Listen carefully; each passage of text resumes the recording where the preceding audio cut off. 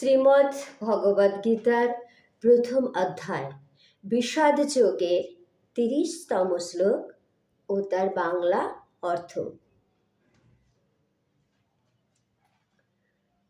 ন চ শঙ্খম্যবস্থাতুং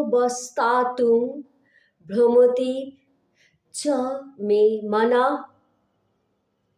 নিমিত্তানি চ পশ্যমামি বিপরীতানি চ কেশব। এর বাংলা অর্থ: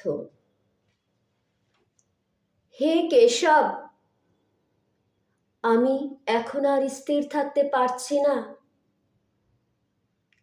আমি আত্মবিস্মৃত হচ্ছি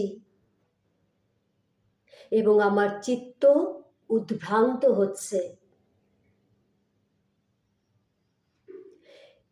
হে কেশী দানবহন্তা কৃষ্ণ, আমি কেবল অমঙ্গল সূচক লক্ষণসমূহই দর্শন করছি।